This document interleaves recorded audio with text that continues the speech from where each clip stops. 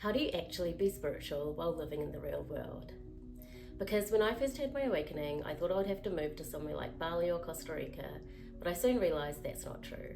Here are 5 things I do to stay connected to my spirituality while still living in the real world. Number 1, having spiritual practices and tools. Now, this can be anything from meditating, breathwork, yoga, sound baths, setting intentions, doing affirmations, journaling, spending time in nature, working with crystals or an oracle deck or a tarot card deck. Any one of these things, whatever you feel pulled towards to, and that helps you feel more connected to yourself and to the universe. I've done all of those things throughout my spiritual journey so far, and you don't have to do them all. Just having 1 or 2 practices that you can do consistently is really helpful.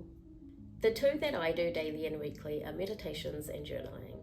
Number 2, creating a peaceful space. Having a dedicated space to do these practices is important. Now, you don't need an entire meditation room, but just having a small corner in your home that's ideally distraction-free and where you can sit down to do these practices, even if it's just for like 5 to 10 minutes a day. My space in my home is this altar next to me.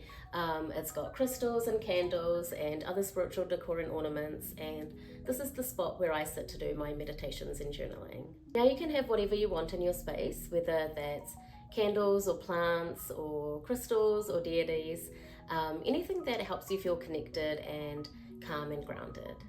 And having a dedicated space makes it so much easier to do your practices and have it become part of your routine. Number 3, practicing mindfulness. So spirituality isn't just something you do when you're meditating, it can also be in the small everyday moments. For example, it can be watching the sunrise or the sunset, or looking out the window while you're on your lunch break and noticing some birds fly by. Or it can even be while you're having your cup of tea or coffee and noticing the warmth of the cup in your hands as you're holding it, slowly taking each sip and really appreciating the smell and the taste of your tea or coffee. All these things might seem small, but having gratitude for these everyday moments helps you become more present instead of always rushing through the day. And the more present you are, the more connected you'll feel to yourself, to nature, and to the universe. Number 4, nourishing your body. Your body is what allows you to experience this life, so taking care of it is a really important part of the spiritual journey. This doesn't mean that you have to follow some strict diet or exercise routine. It just means making choices that help you feel your best. For me, that looks like eating more nourishing home-cooked meals, drinking my herbal teas, getting my daily walks and stretches in, and drinking enough water and getting enough sleep. And when you take care of your body, you naturally feel more grounded and energized. Number 5, setting boundaries. Now, this isn't one I would have thought of, but in recent years, I've realized how important it is. Because for the longest time, I thought being spiritual was not only being kind, but always saying yes and putting everyone else first. But I've learned that that's not what spirituality is about. It's more about being true to yourself. Boundaries help you protect your energy, gives you the space to listen to your intuition instead of other people's voices and opinions, and this helps you show up as your higher self.